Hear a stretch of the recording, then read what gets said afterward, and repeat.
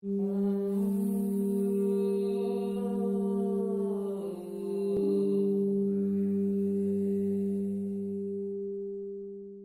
one major source of illness, and I'm talking about any kind of illness, whether that's so-called mental illness or physical illness, and that's childhood trauma. And this is true whether I'm talking about anxiety, depression, ADHD, addiction, psychosis, bipolar illness, or if I'm talking about multiple sclerosis, cancer, rheumatoid arthritis, fibromyalgia, chronic fatigue, colitis, Crohn's disease, ALS, scleroderma, and as I said, malignancy as well. Now that seems like a very bold statement, but today I'll be concentrating on the physical side of it. When I say physical side, I'm talking about the illnesses that are not considered to be mental illnesses. As a matter of fact, what I'll be telling you, and I'm just giving you a preview of what I'll be saying, is that, and it's quite okay, I wish you would argue with me, both in your mind and also verbally. That's the way we get through to the heart of things. I'll be saying to you that just about everything, not everything, but just about everything that we call illness is rooted in compensations and adaptations that have to do with childhood trauma. And I'll quote you something to that effect, just to prove that I'm not totally crazy. Or, if I am crazy, I'm not alone in my craziness. This is from the journal Pediatrics, which is the official journal of the American Academy of Pediatrics, and the article appeared in their journal 6 years ago now, in February of 2012. And the article is from the Harvard Center on the Developing Child. And here's what they say in their abstract. Growing scientific evidence demonstrates that social and physical environments that threaten human development because of scarcity, stress, or instability can lead to short-term physiologic and psychological adjustments that are necessary for immediate survival and adaptation, but which may come at a significant cost to long-term outcomes in learning, behavior, health, and longevity. In other words, what they're saying is that the adaptations that children are forced to resort to in response to early stress help them endure that early duress and difficulty, but those same adaptations become a source of pathology later on and even threaten longevity. Now that article came out just 6 years ago, but that's the perspective that I came to adopt or understand a long time ago in medical practice. Now, in order to understand the basis of that, we have to consider how we look at human beings, and how we look at disease. Now, Western medicine looks at disease from a particular perspective. And you have to understand something about medicine. It's science, all right, but it's also ideology. And there's a difference between science and ideology. There's a lot of science in it, and it's great science. But there's also ideology. And ideology is a point of view. It's a, as the Germans say, it's a Weltanschauung. It's a worldview that you're not conscious of. That you have hidden beliefs that you don't question. And people that question the hidden beliefs are seen as outliers or mavericks. And that's an ideology. And that exists in all realms, whether politics or science or medicine or history or economics or any field of human thought or investigation. So there's always ideological biases hidden in any system. And the logic of the system operates within those biases. Now, what are the biases of Western medicine? Well, the bias of Western medicine And any of you medical colleagues here want to disagree with me, I'll be happy to, although I doubt that you will, because I just think that if you're doing psychotherapy, you'll probably agree with me already. But maybe not. Well, the hidden biases are, number one, that diseases have either physical causes in a sense of genes or external forces like bacteria or viruses or toxins, or we don't know what the causes are. So the causes are either physical or the disease is what we call idiopathic. We don't know what the source of it is. So that's one bias, is that causes are purely physical. The second bias is that diseases happen to organs. So you have heart disease, and you have lung disease, and you have disease of the connective tissue or the liver or whatever. And then there's specialties designated to study in depth the diseases of these organs. But that, except for obvious lifestyle, so-called lifestyle proclivities like smoking or drinking, we don't really think that the life of an individual has a whole lot to do with the disease of the organ. So, cancer strikes somebody who doesn't smoke. We don't know what causes it. So we separate the organ from the whole person. And then we separate the person from the environment, so that the social environment, we might acknowledge the role of the physical environment, but we certainly not acknowledge the role of the social environment. So, in Western medical terms, the average physician would not be able to explain to you, and this is not for lack of intelligence, simply for lack of training, would not be able to explain to you why is it that the more episodes of racism a black American woman experiences, the greater her risk for asthma. It's just a documented fact. Nor would the average physician be able to tell you very easily the multiple times documented fact that children whose parents are stressed are more likely to have asthma. As a matter of fact, the degree of the child's asthma has been correlated with the degree of mental disturbance on the part of the parent. So you go to the physician, you get the inhalers, but that's all that happens. And so, nor would, let me just give you another fact, which I won't explain now, but a study in Australia looked at 500 women with breast biopsies who were suspicious, or at least concern enough was raised that it should be malignancy or not. So they had these biopsies, and they also had a psychological evaluation. And when the results came back, it turned out that if a woman was stressed, that by itself did not increase the risk of that lump being cancer. So there was zero effect. And similarly, if a woman was emotionally isolated, that by itself also did not increase the chance of the lump being cancer, so zero effect. But if a woman was stressed and isolated, the risk of that lump being cancer was 9 times as great as the average.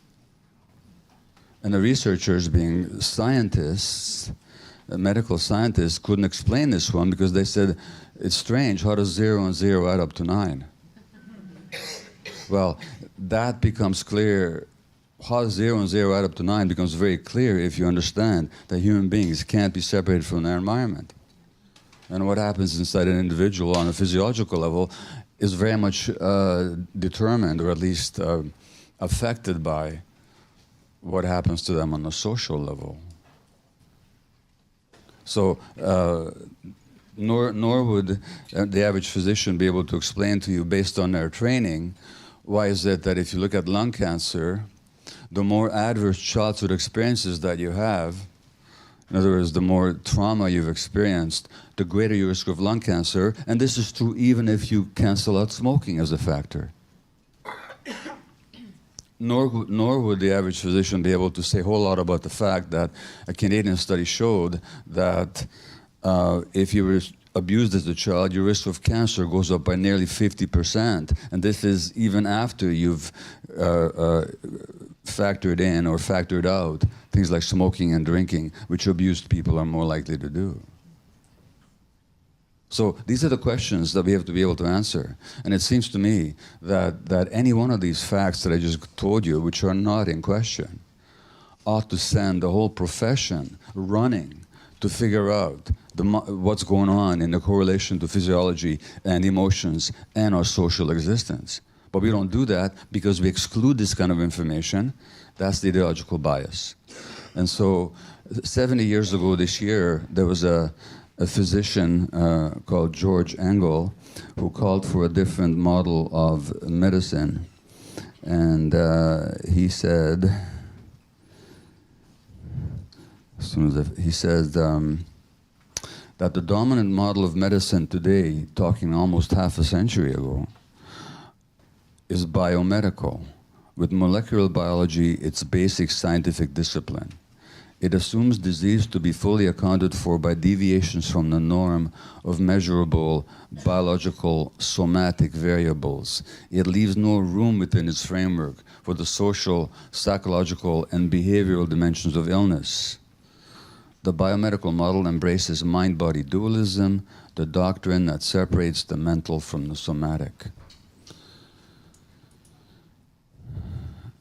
And Dr. Norman Deutsch, who's a well-known psychiatrist here in Toronto, writes on brain plasticity. He wrote similarly just last year, modern scientific medicine has taken a fundamentally materialist approach, and it is analytical, meaning that it divides wholes into parts. It often proceeds by reducing complex phenomena to their more elementary chemical and physical components, viruses, genes, and molecules. So things haven't changed much since George Engel wrote those words. And what he called for was a biopsychosocial approach, which meant that the biology of human beings cannot be separated from their psychological and social environments. Now, at the same time, human beings have always known, we've always known that things can't be separated. So there's always been this tussle, you might say, between a unitary, holistic view of human beings and existence in general, and the dualistic view that separates things. So the Buddha said 2,500 years ago, he says, contemplate the interconnected co-arising of all phenomena. That's what he called it, the interconnected co-arising of phenomena. He said, look at a leaf or a raindrop. And he says, and meditate. He says, meditate on all the conditions that are necessary for the existence of that leaf or raindrop. So obviously, I mean, it's trivially obvious. You look at a leaf, it contains the sun, the light, the photosynthesis. It contains the earth in the form of minerals, and it contains the sky in form of the water. So the leaf literally contains earth, sun, and sky. And he says, the birth of any phenomenon, he says, is dependent on the birth of other phenomena. He says, without the many, there cannot be the one. Without the one, there cannot be the many. And that was the Buddha 2,500 years ago. And the wonderful writer, Susan Griffin, in her really transcendent book, The Course of Stones, wrote that the story of one life cannot be told separately from the story of other lives. Who are we? The question is not simple. What we call the self is part of a larger matrix of relationships and society. All the lives that surround us are in us. So that's the perspective from which I'll be conducting the discussion today. Well, I mentioned that I worked in family practice for 32 years, 12 of them with hardcore drug addicts, the other 20 in a straightforward family practice where I helped to deliver a lot of babies, and in palliative care where I helped a lot of people die and everything else in between. And in those years, I found that the people who got sick and didn't get sick, they had certain patterns, certain characteristics that kept cropping up over and over and again until I just couldn't ignore it anymore. And there's a significant difference between an experience between a family physician and and a specialist, in that the specialist certainly does know, and blessedly so, a lot about a certain organ and a certain system, but they don't know the patient. And by the time they see the patient's already sick, and usually they already have a diagnosis. At least we know what area the disease is. As a family physician, you get to see people before they get sick. So you know what their personalities are like for years before they get sick. And also you get to see them in the context of their families, including their multi-generational family of origin. By the way, just as an interesting exercise, let me just ask you right now, I'm not going to ask you any personal details, but how many of you in the last 5 years have been to a respirologist, a gastroenterologist, a cardiologist, a neurologist, a gastroenterologist, a dermatologist, maybe I said rheumatologist, any kind of an ologist? Just put your hand up. Okay, great. All right. Now, put your hand up again if they asked you about childhood trauma. One person. That's great. If they asked you about stresses in your relationship with your spouse, a couple of hands. About job stress. Yeah, so we have maybe like a 5 to 10%, and that's really good if they ask you about it. And I wonder how long they took the discussion, but it doesn't even occur to them. But I'm telling you, all of you who went to these specialists were there because of childhood trauma. Virtually all of you. Now, there are diseases that you can't put into that category. There are genetic diseases, like there's one that runs in my family, muscular dystrophy. If you have the gene, you'll have the disease. It's nothing to do with life or stress. It's just, although that can affect the course of it, but whether you get it or not is simply genetic. Those diseases are extraordinarily rare. Like 1 in 10,000 of the population will have a disease like that. Most diseases have little or nothing to do with genetic factors. So these are then the patterns that I noticed in my clients. And by the way, when I said childhood trauma, probably some of you are at least internally shaking your heads because you're looking at your life, and I never had any trauma. But I'll knock that out of you in a half an hour or so, okay? As a matter of fact, I conducted what I call the Happy Childhood Challenge, which I'll tell you about more later. Because it all depends on how you use the word trauma. And trauma, for me, and that's a whole other lecture, but trauma is not what happens to you. It's what happens inside you as a result of what happens to you. And things can happen inside you for which you don't need very dramatic events. But trauma essentially is a restriction of your capacity. It's a limitation. It's a constriction in the body. It's a constriction in your mental capacity to respond in the present moment from your authentic self. Essentially, trauma is a restriction of your authentic self in the present moment. That's what trauma is. For which you don't need dramatic events. So, what were these characteristics that I noticed in people with illness? I'll illustrate them by means of newspaper clippings from the Globe and Mail. The first one is an article written in the first person by a woman who's diagnosed with breast cancer. Her name is Donna, and her husband's name is Hai. And Harold is the doctor. And Hai's first wife died of breast cancer. Now Donna, the second wife, is diagnosed with the same condition. And you might think, what an unfortunate coincidence. Well, unfortunate it may be, coincidence is not. This guy, for a particular reason, marries a certain type of woman. It's that simple. What type of woman? Well, here's Donna's description of her diagnosis. Harold tells me that the lump is small, and most assuredly not in my lymph nodes, unlike that of Hai's first wife, whose cancer had spread everywhere by the time they found it. You're not going to die, he reassures me. But I'm worried about Hai, I say. I won't have the strength to support him. Now, you're a psychotherapist. Noticed anything? So she's the one that's potentially facing surgery, radiation, maybe chemotherapy. And what is her first and automatic thought? How will I look after his needs? This will be so tough on him. He's already lost a wife to breast cancer. So this automatic and compulsive regard for the emotional needs of others while ignoring your own is a major risk factor for illness, for reasons I will explain. The others are obituaries, also from the Globe and Mail, from the Lives Lived column. And obituaries are fascinating because they tell us so much, not just about the people who died, but also about what we as a society value.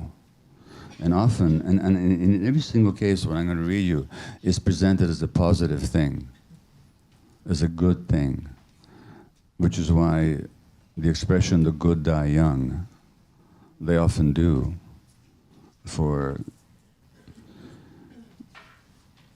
reasons that should be clear to you by the end of this conversation.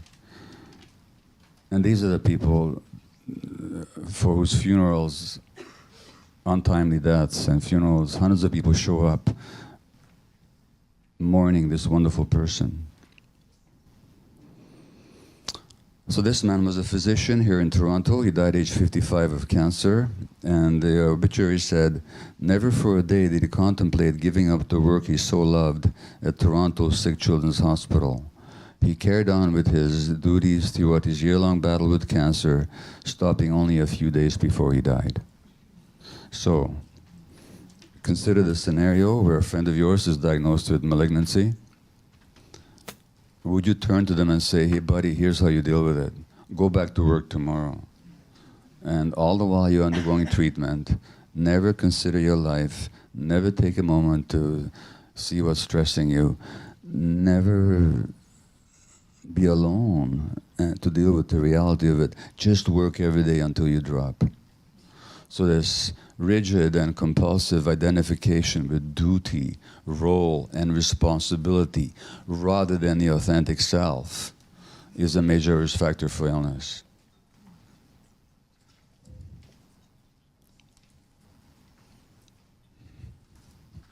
As a matter of fact, any identification with anything outside of yourself is a risk factor for illness. The next obituary was written by a grateful husband whose wife died of breast cancer at age 55. And this spouse writes, in her entire life, she never got into a fight with anyone. The worst you could say was phooey or something else along those lines. She had no ego. She just blended in with the environment in an unassuming manner. Now, I'm married to my wife Ray for 49 years almost now, and many times I wish that she would blend in with the environment in an unassuming manner. As I'm sure you have if you have a spouse or a partner. But if you're fortunate, they didn't do that. They didn't do that. Because what's being described here, of course, is the repression of anger. The repression of healthy anger. And the repression of healthy anger actually disarms the immune system. Physiologically, it does. When you repress anger, healthy anger, you're actually undercutting the activity of certain immune cells. This has been shown in the laboratory. I said healthy anger. And so we have to make a distinction between healthy anger and unhealthy anger. And I won't do that now, but be sure to remind me if I haven't made that distinction clear by the end. Unhealthy anger is rage. And in the aftermath of a rage episode, your risk of a stroke or a heart attack double for the next 2 hours, according to Israeli and American studies. Why? Because, of course, in a rage episode, you got real adrenaline discharge, which narrows your blood vessels, increases your blood pressure, can make the heart rate irregular, and even clots the blood. So I'm talking about that's not healthy either. So we have a problem here. If we repress healthy anger, we get sick, and if we give in to unhealthy anger, we also get sick. So that's the third characteristic, is the repression of healthy anger. And the last one, and the fourth one, is illustrated in an obituary that you'll have to believe I didn't make up. It is from the Globe and Mail. And this is from a physician, about a physician in Ottawa who died also of cancer at age 72. And it said here, Sidney and his mother had an incredibly special relationship, a bond that was apparent in all aspects of their lives until her death. As a married man with young children, Sidney made a point to have dinner with his parents every day, as his wife Rosalind and their 4 kids waited for him at home. He would walk in, greeted by yet another dinner to eat and to enjoy. Never wanting to disappoint either woman in his life, Sidney kept having 2 dinners a day for years, until gradual weight gain began to raise suspicions. Okay? And this is printed as a beautiful thing. Now, this man suffered from 2 fatal beliefs. And when I say fatal, I mean literally fatal. And if you got these beliefs, drop them today, if you can. If you can't drop them, find out why. One is that you're responsible for how other people feel.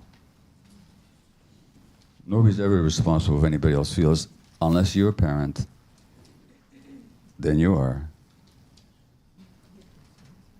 And secondly, that you must not disappoint anybody. So then those are the characteristics. There's automatic concern and regard for the emotional needs of others while ignoring your own. Rigid and compulsive identification with duty, role, and responsibility rather than the authentic self or the needs of the self. Repression of anger. And the beliefs that you're responsible for how people feel and that you must never disappoint anyone. Now, the question is, how do these psychological behavioral characteristics translate into physical illness? Well, before I go to the science of it, which has been fairly well worked out, and part of my critique of my own profession is that we just don't look at the evidence. So that we keep talking about evidence-based practice, but I'd love to expunge that phrase from the dictionary because it makes me grit my teeth, because I only wish there was evidence-based practice. I only wish that in the realm of child development, childhood conditions like ADHD, anxiety, depression, all kinds of mental health issues, physical health issues, I just wish we'd actually looked at the evidence, but we don't. This article I quoted to you from Harvard wasn't published in some fly-by-night alternative publication. It was in a major medical journal. It's like makes no difference whatsoever. And the reason it doesn't make any difference is because of that ideological bias that is an unwitting and unconscious ideological bias. It's essentially reminds me very much of Mr. Spock on Star Trek, who's the doctor, of course, and he's from a Vulcan, but they have no emotions, right? So when it comes to emotions, he says, that doesn't compute. Well, the unity of mind and body and the impact of emotions and of social relationships on physiology, literally, that doesn't compute in the medical mind. And that's why the research is just not incorporated into medical practice, despite the fact that it's been published and it's not even controversial. So let me illustrate my point with one particular illness that fascinates me because it's A, well known, B, has been the subject of a public campaign in the recent past, and 3, we say that we don't know what causes it, and 4, it's almost always fatal. And I'm talking about ALS, amyotrophic lateral sclerosis, known in North America as Lou Gehrig's disease. And it's a degeneration, really, of the nerves that activate the muscles that move the limbs and also our breathing apparatus and so on, so that people with ALS, for the most part, become paralyzed, in the end, who have trouble breathing and die of respiratory failure. And it's almost uniformly fatal within 10 years, often much faster than that, except when it isn't. as in the case of the physicist Stephen Hawking, who was diagnosed with it at age 21 and was given 3 years to live and died 53 years later, just earlier this year. In the meanwhile, having become the greatest or the best-known scientist in the whole world. Which ought to at least make us think that maybe we don't know everything. Not to mention other cases that have actually recovered from ALS. So a woman came to me for diagnosis, and I think if we don't know the cause, it's because we're not looking at what's in front of us. That's that simple. A woman came to me for diagnosis once, not diagnosis, for a second opinion, because she had been diagnosed with ALS, and she'd been told that this will kill her, which it did within a year. But she wanted me to tell her, or actually more specifically her husband wanted me to tell her that it's not ALS, it's just stress. Well, I had to agree with the specialist, it was clearly ALS, but it was also stress.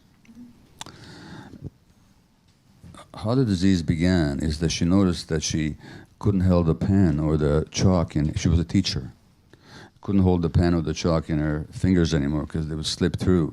So how she compensated was to that. And she also began to experience trouble walking. And how she compensated for that was to get up early in the morning, like 5 in the morning, and of course it took her time to get dressed because everything was much slower and clumsier. And she'd get dressed and then drive herself to school, walk into the classroom with her somewhat troubled gait, and then grasp the chalk in her clenched fist and scrawl the day's lesson on the board for the students.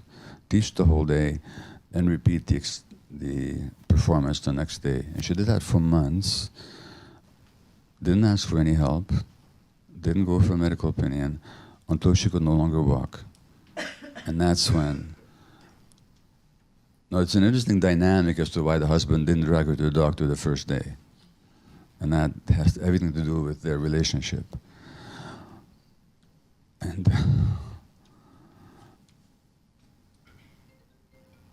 which is illustrated by the fact that after they saw me,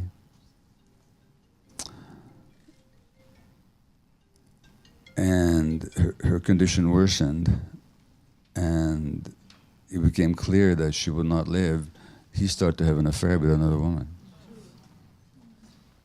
Which shows you the relationship they had of his neediness. Anyway, they came to my office, and I had to confirm that this was the ALS, but I started to talk to her about these patterns.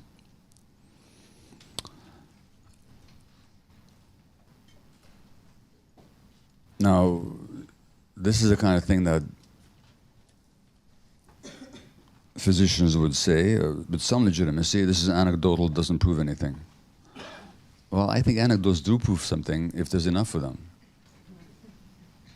And it turns out that you'll never read about, meet anybody, look after with ALS who's not like that. And this has showed up in the no matter whose life I read about, no matter what patients I interviewed, my own case studies from palliative care, they were all the same. This difficulty asking for help, this refusal, this dogged refusal to ask for help. Then I looked up the medical literature, and there was a study done at Yale University Medical School quite some years ago now.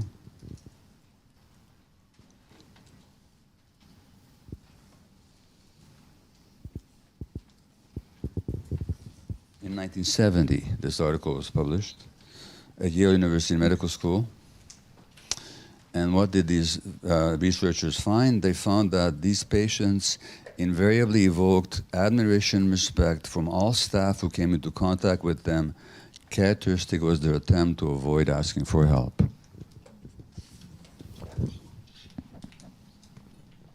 And they continued. Hard, steady work without recourse to help from others was pervasive. There seemed to have been a habitual denial, suppression, or isolation of fear, anxiety, and sadness. Most expressed the necessity to be cheerful. Some spoke casually of their deterioration or did so with engaging smiles.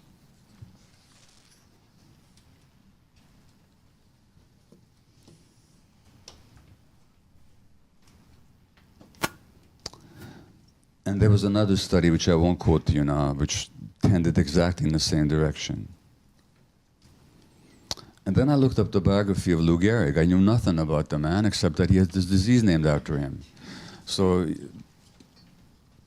as time passes, fewer and fewer people know about him, but he was a great baseball player, a teammate of Babe Ruth's of the New York Yankees in the 1930s. He was one of the all-time greats. He set a record for a number of hits by a Yankee that was only broken a few years ago. So it really was a durable record. But he set another record that wasn't broken for 70 years either. Was anybody enough of an aficionado to know what that record was? Anybody here know what record he set? Never missed a game. He never missed a game, yeah, consecutive games played. And it's not that he was never sick. He got sick like everybody else. He just wouldn't take himself out of the game. It's not that he was ever injured either. At one point his hands were x-rayed, and it turns out that his fingers had been fractured something like 17 separate times. And his teammates would describe him as grimacing like a maddened monkey in agony as he fielded the ball with a broken finger, but he wouldn't take himself out of the game. And yet, on the other hand, when a young rookie on the team got sick with the flu and couldn't play, and the manager was very upset with this young player, Gary says, "What are you talking about? He's got a flu, he can't play," and took the rookie to his own home where he lived with his mother. His mother put the rookie into Gary's bed. Lou slept on the living room couch while his mom nursed his kid back to health. And that's just exactly, you'll never meet anybody with ALS who's not like that.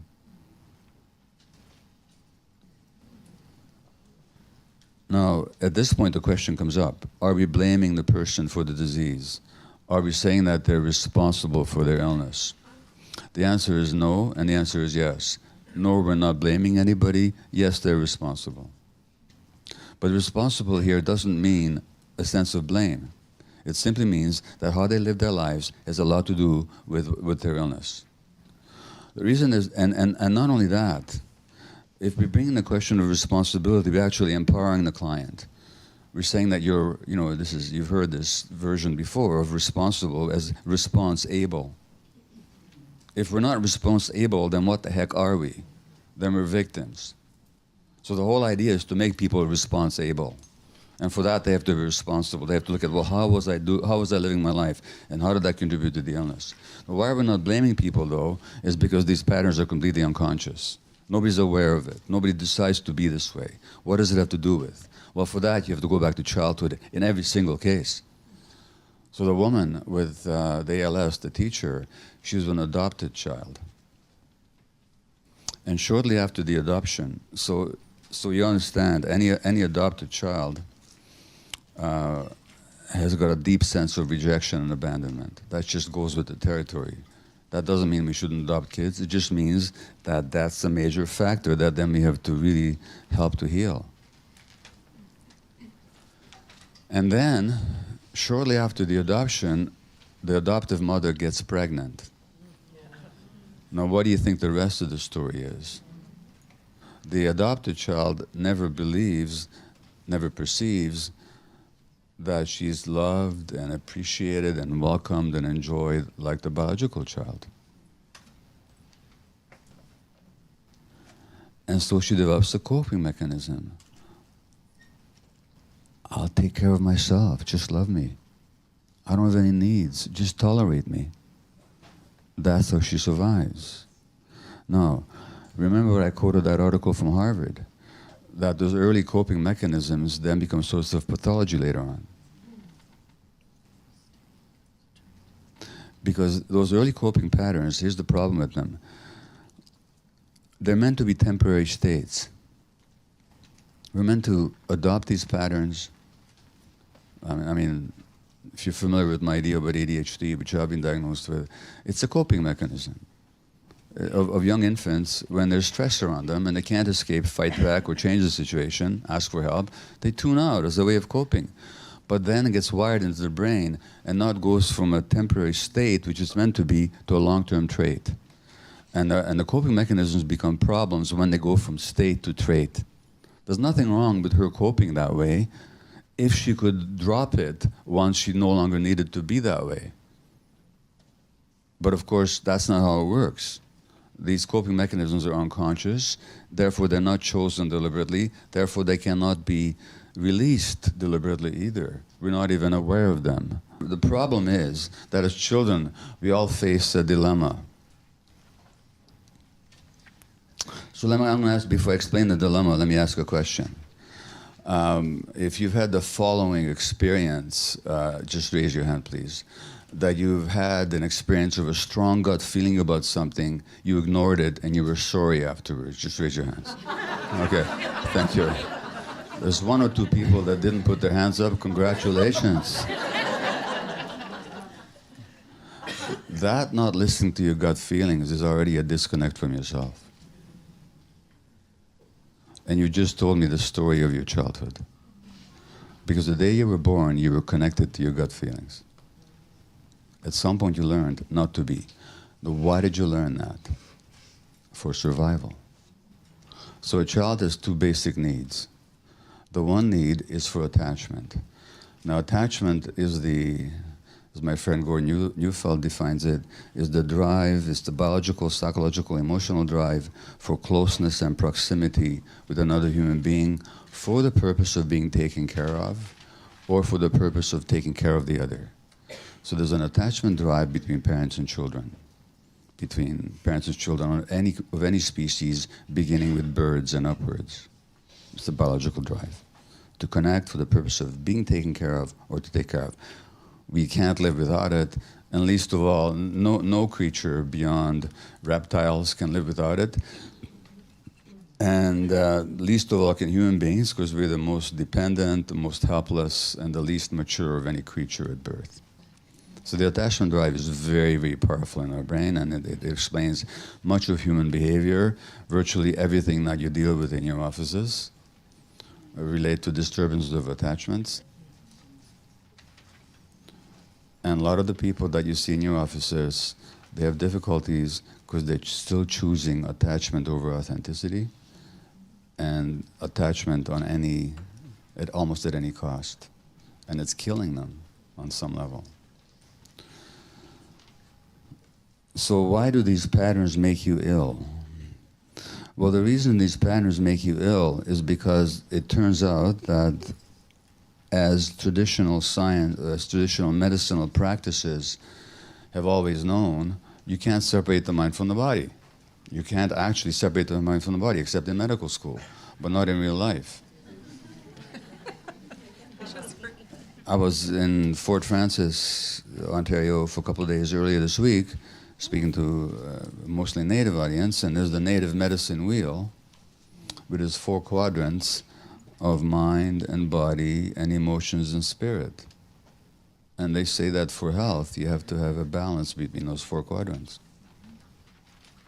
And traditional shamanic medicinal practices, Ayurvedic medicine of India, the G medicine of China, all the medicine men and women of traditional cultures have always assumed and known about the mind, body, and they just didn't have the science, but they knew it. Now we have the science, but we no longer know it. And so the science has been worked out. It turns out that the emotional centers of the brain are connected with, we should say the psyche, are connected with the nervous system, with the immune system, and the hormonal apparatus. And the science that studies the interconnectivity of these ostensibly separate systems is called psychoneuroimmunology, or more properly said, psychoneuroimmunoendocrinology, to include the hormonal glands as well. It turns out that it's not even that these separate systems are connected together, they're not even separate systems. They're one system with different manifestations. I mean, think about it. First of all, evolution begins with a single-celled organism. That cell then differentiates and becomes a multi-celled organism. But the basic functions of defense, nourishment, and survival have to be carried on by the organism. It's just that now you have different cells that are specialized in certain duties, so that some cells become digestive cells, other cells become brain cells, but they all have the same DNA. And even as human beings, we still begin with one cell at the union of sperm and egg, and then we differentiate and we separate, but that doesn't mean we get disconnected.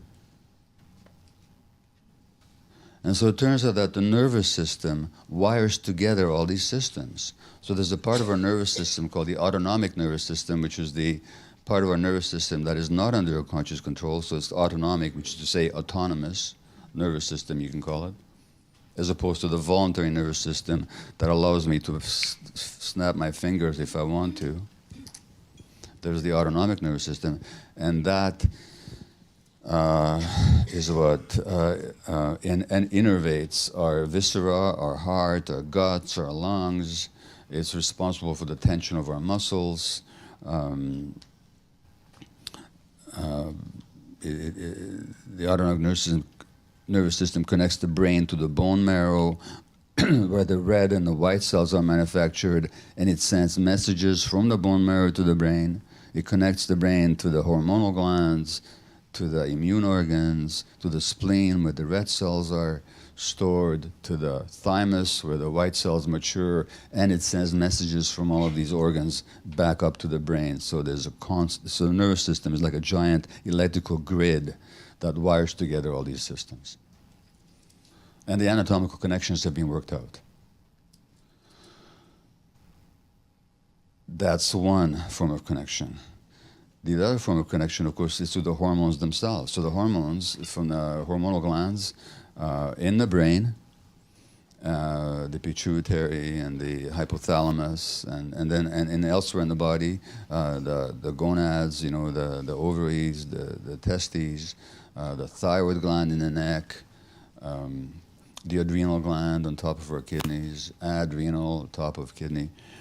These all also send secretions, hormones to other organs, and they have an impact on each other.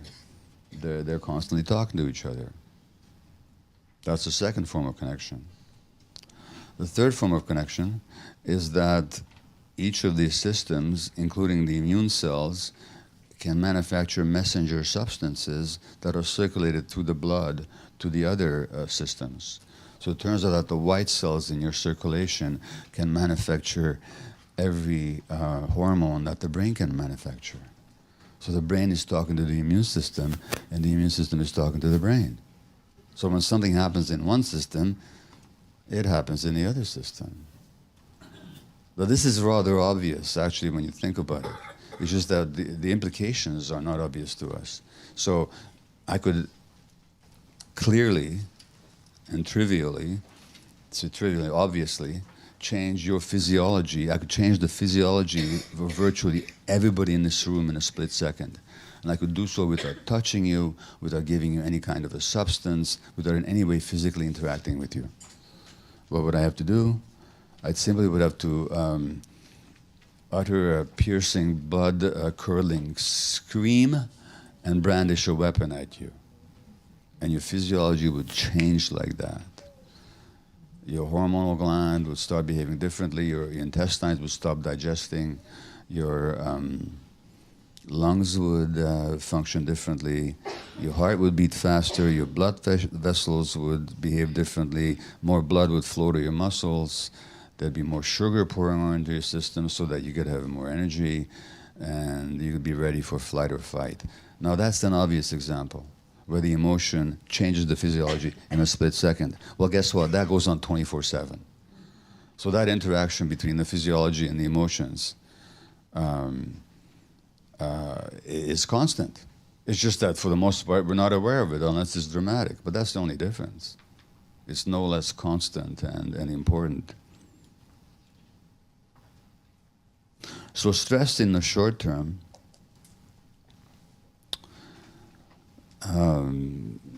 allows us to escape or to fight back. And it's interesting, this conversation is interesting for specifically for Canadians because of two historical figures. One is the great physician, William Osler, whose name is still remembered. There are institutions named after him, and in Vancouver they give a William Osler Memorial Lecture every year, and they never talk about anything he talked about. And so there's, and he's the one. He was knighted by Queen Victoria. He's one of the founding physicians at Johns Hopkins in the States, Baltimore, and of course he was also a leading faculty member at McGill University. And he's the one who said that rheumatoid arthritis is a nervous system disorder. And he said that before we had any of the science. He just knew it because he trusted his intuitions. He also said that if I want to know whether or not a person will survive tuberculosis, I have to know not what's in his lungs, but what's in his mind. So there's him, and he said that in the 1890s.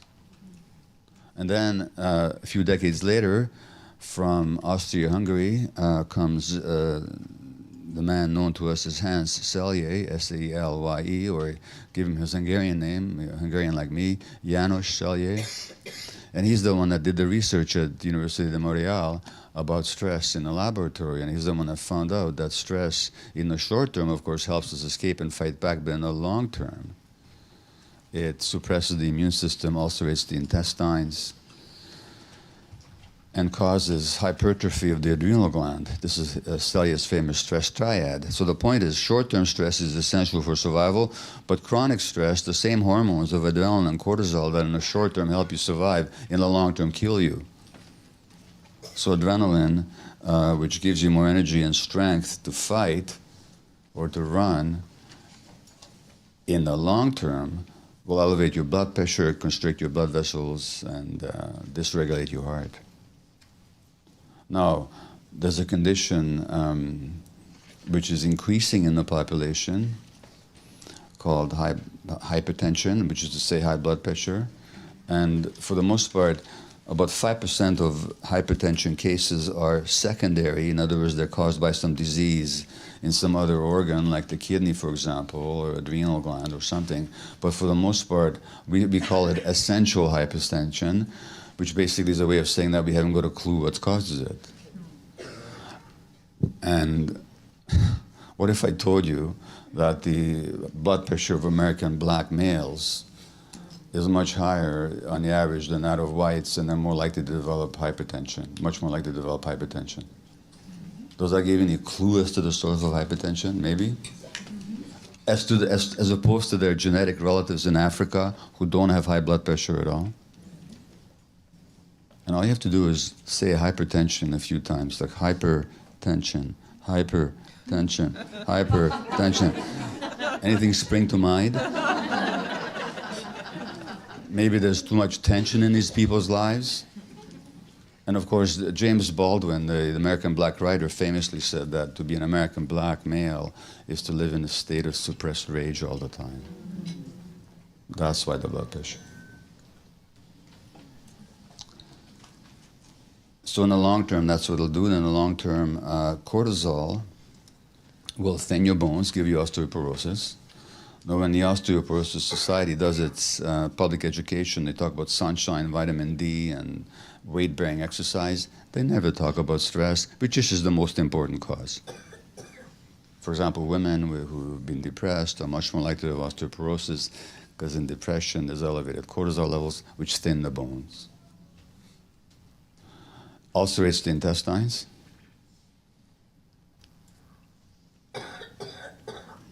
And medical ideology is interesting.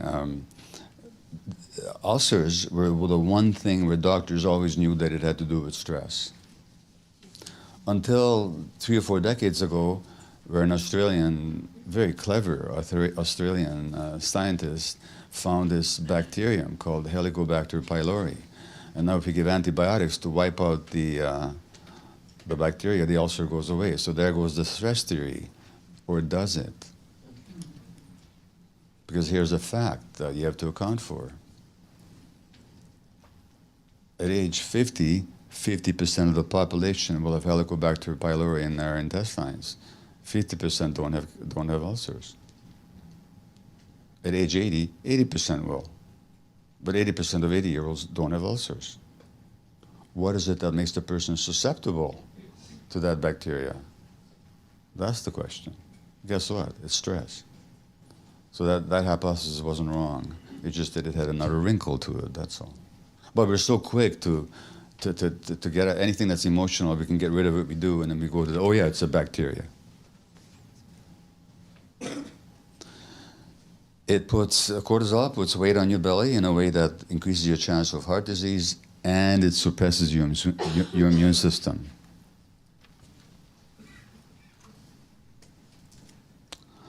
So let's go back to that Australian study. 500 women, 0 effect from isolation, 0 effect from stress, 9 times the average if you had both of them. Well, now let's look at stress. Let's say that you're stressed about something, and you got high levels of cortisol and adrenaline in your system, and you're obsessing about some insult or a loss or something that perturbed you. You're in a high state of stress physiologically, but you're not alone, because a friend of yours sitting next to you says, hey, do you want to talk about it? I see that you're upset. Can we talk about it?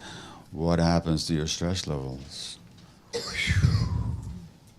But what if you're isolated? Then you might go on for months stewing in your own stress juices. You got nobody to download it to. No wonder then the women who were stressed and isolated had a much higher risk of breast cancer, which tells us something, that cancer is not the disease of an individual. Cancer is the result of a biopsychosocial process reflecting your lifelong relationships with others. Yeah. Do you think that we don't look at that piece because it can't be solved with a pill? Well, we can speculate on why we don't look at that piece. That's a part of it. In that, who funds research? Yeah. Well, the people who fund research, and the vast majority of research that physicians run across or come across, are actually funded by the pharmaceutical companies who have a particular interest in research that validates their particular approach, which so happens to coincide with their profits. But that's only a part of it. It's much larger than that. If I have to speculate on the reasons, the major ones are that it reflects capitalist ideology. Because capitalism is all about individual competition, everybody against everybody else. We don't want to think about the fact that they're all one, because if we're all one, this society makes no sense whatsoever. So, and every dominant institution and field in any society reflect the interests and the ideology of the dominant group. And that's the same true with doctors as well. So partly it's the materialist philosophy that dominates capitalist society. Individualism, not looking at the connections. I mean, if we looked at the connections, you wouldn't have had the election results that you did yesterday in Ontario. That's one thing. The other thing is that what I'm saying is difficult for people. People often perceive themselves as being blamed. They're not being blamed, but they perceive themselves as being blamed. And Dr. Christine Northrup, who's a women's physician and best-selling author, I was talking to her, and she said that there's kind of a conspiracy between the doctor and the patient not to talk about such stuff. For the doctor, it's easier to hand out the pill, and it's much quicker. And for the patient, it doesn't bring up uncomfortable questions. But the biggest barrier is actually an emotional one, I think, on the part of physicians. We haven't dealt with our own pain. We haven't dealt with our own stresses. There's a high rate of suicide and depression and burnout amongst doctors. Somebody once said that if you want to start a cult, what do? Well, you give people a uniform, you have special jargon, you isolate them from their families, you subject them to authority and leaders, and you sleep deprive them. In other words, you send them to medical school. It's a stressful thing. And people survive it by shutting. People enter it are like people like me, really driven, and you know, I would have done anything to get into medical school, and to get through it. And so you really are already driven, and then nothing in education prepares you for it. Anything I'm telling you, not a word of this is breathed in any of the medical schools. And then there's the emotional defense of the physician against his or her own pain. Yeah. So these are the factors that I think all go into it. They're social and individual. Now listen, before I take more questions, I'll take lots of questions, I promise. I just want to finish this talk so that we can have our workshop and our conversation and so on.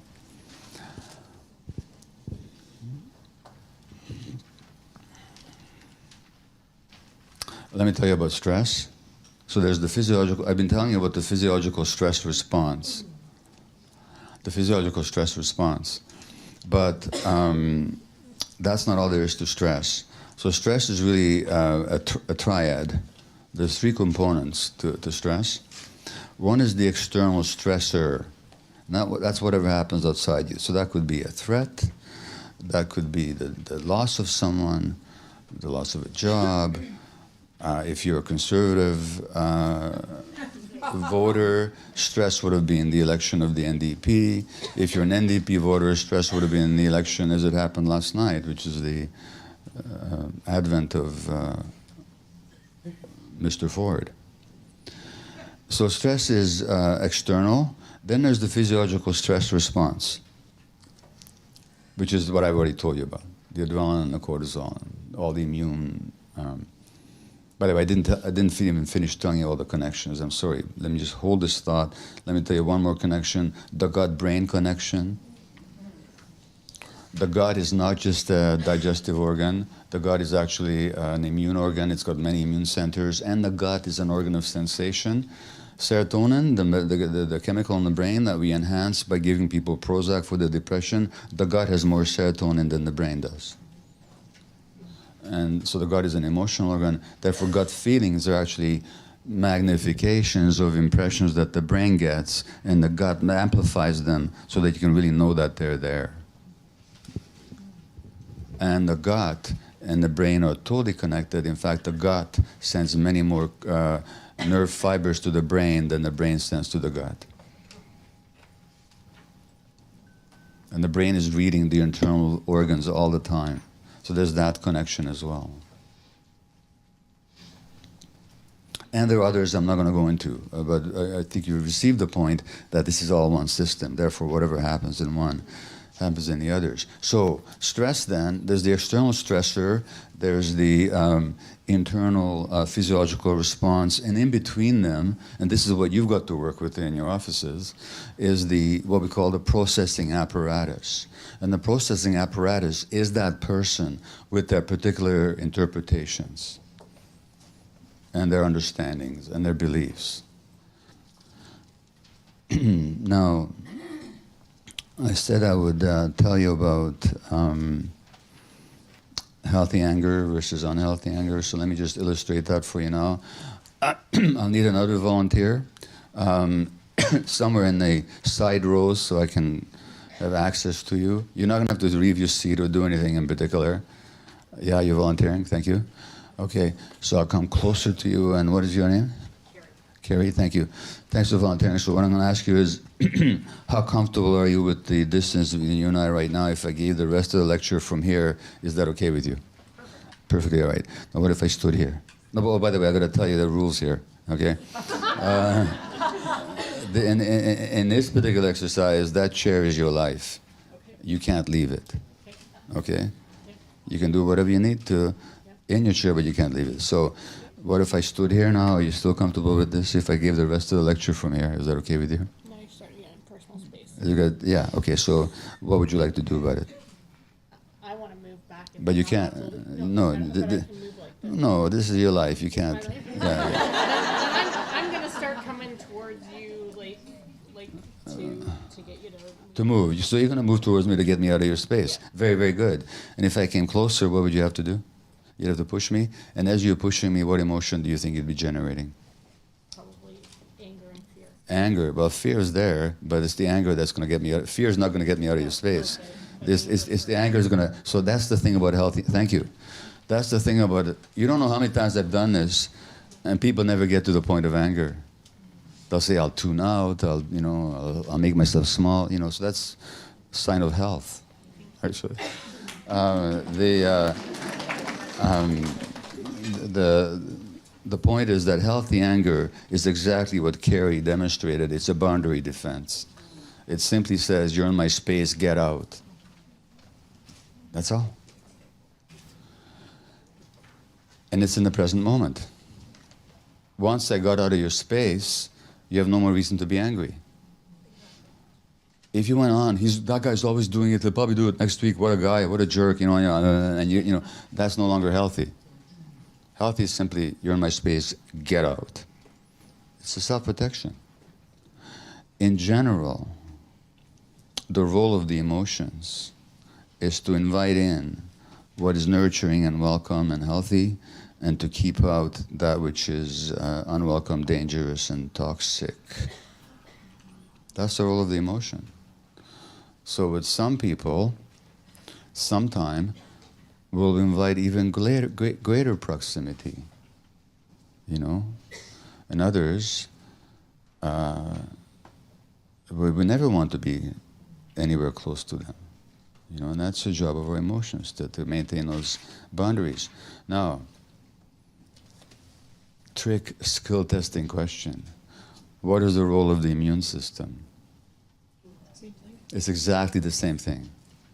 It's to maintain your boundaries, to keep out what is unhealthy, dangerous, unwelcome, allow in what is nutritious and healthy.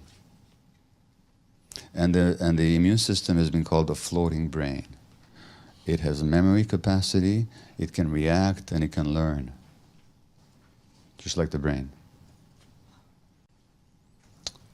When you're suppressing your emotions, you're suppressing your immune system. And what happens to anger that you suppress? Does it evaporate, go to the moon? What happens to it? Who does it turn against? It turns against you.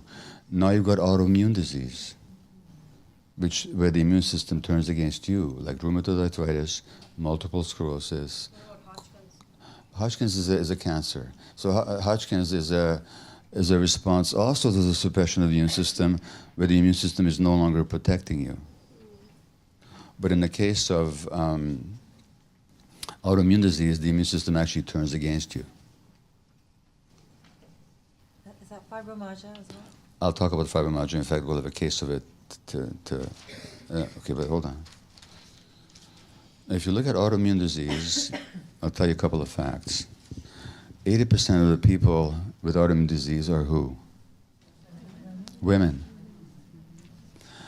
The ratio of multiple sclerosis, which is an autoimmune condition, of the nervous system in the 1940s in Canada was about 1:1. You know what the ratio now is? It's about over 3 women to every man. Sorry? It's about 3 women to every man now. Now, what could possibly be the cause of it? Well, we know, it's not genetic, because genes don't change in a population over 70 years. It can't be the climate or the diet, because that hasn't changed more for one gender than the other. What has changed? The stress levels have changed. What has happened is that women have always had the role of being the stress absorbers of their families, including their spouses. Which is why married men live longer than unmarried men, but married women don't live longer than unmarried women. Put that in your pipe and smoke it.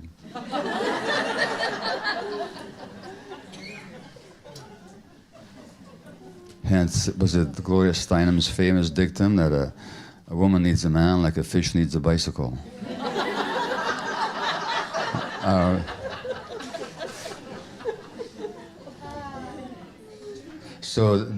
And that role for women has not changed. But on top of that, women now have taken on an economic role as well, since the Second World War. Now that would be okay if the other role was not more shared, but it isn't. And on top of that, there's less support. Why is there less support? Because there's less connection, more isolation, more erosion of community, neighborhood, clan, family, and so on. So what you got? More stress, less support, more autoimmune disease. It's really that simple. It's that simple, except my profession doesn't get it. Which also means that illness can be looked upon as a teacher. I'm not advocating that people should get sick in order to learn. I am saying, though, that when illness comes along, it can be a powerful teacher if you're willing to look at it that way. So I'm going to read you a quote from one of my favorite teachers.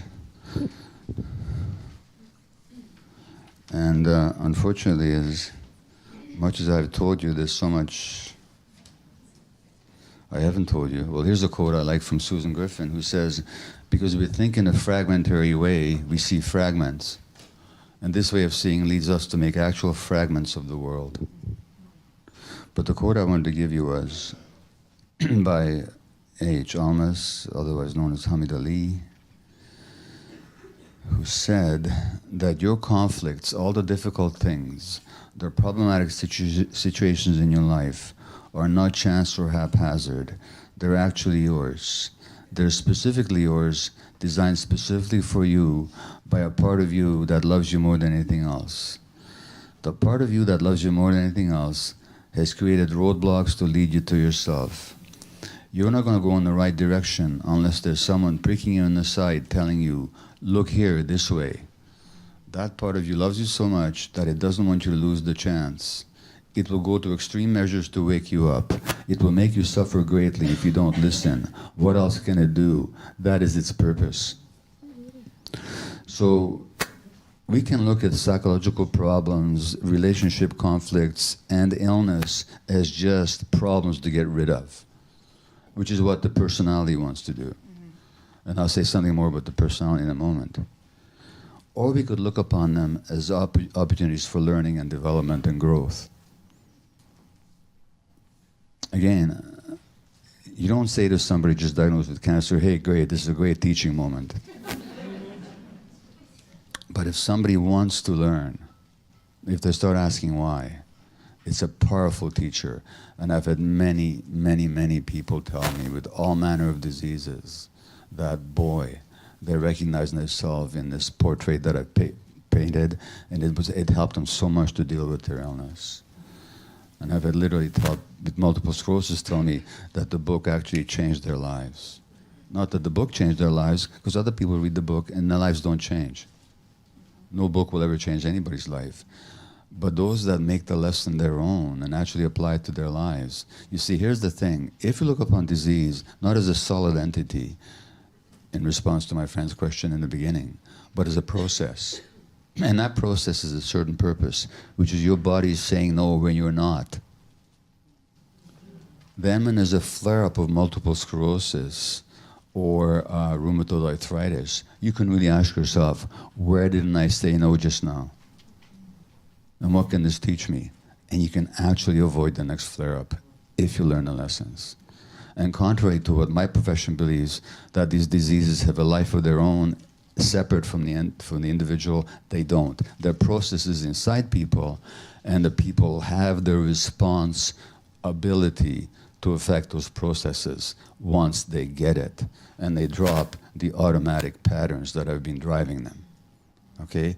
Now that's really what I wanted to tell you. And there's more, but I'll just say one more thing with the personality, and then I'll take all manner of questions. So I said to you before that the personality, for the most part, is a combination of some authentic aspects of ourselves and our defense mechanisms. And the whole idea is to help people tease out what is authentic about them, who's really them and who's not them, and to help them to drop whatever is not them. Because whatever is not you that you're carrying is a burden, and it's going to stress you, and you're going to take on too much in your life.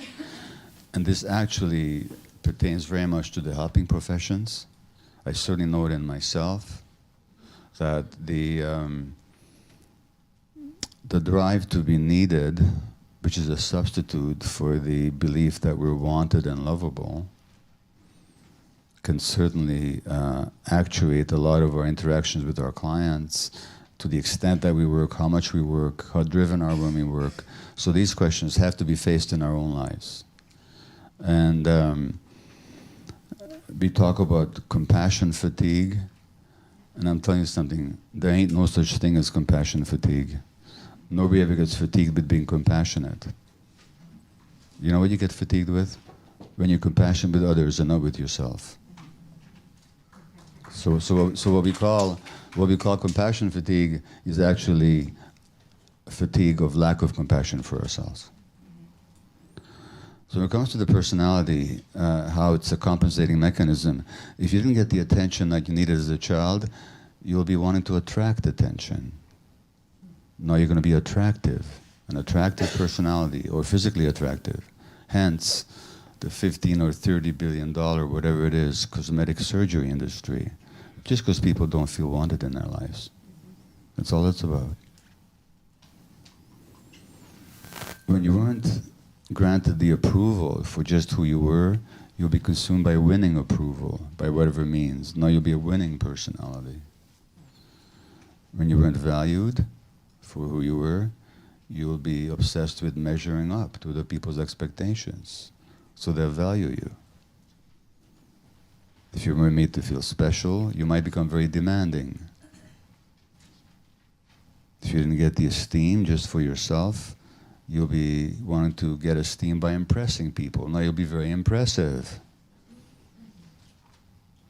And none of these will ever meet your needs because you're getting them from the outside. If you weren't made to feel that you're important just for your existence, you'll become a helper.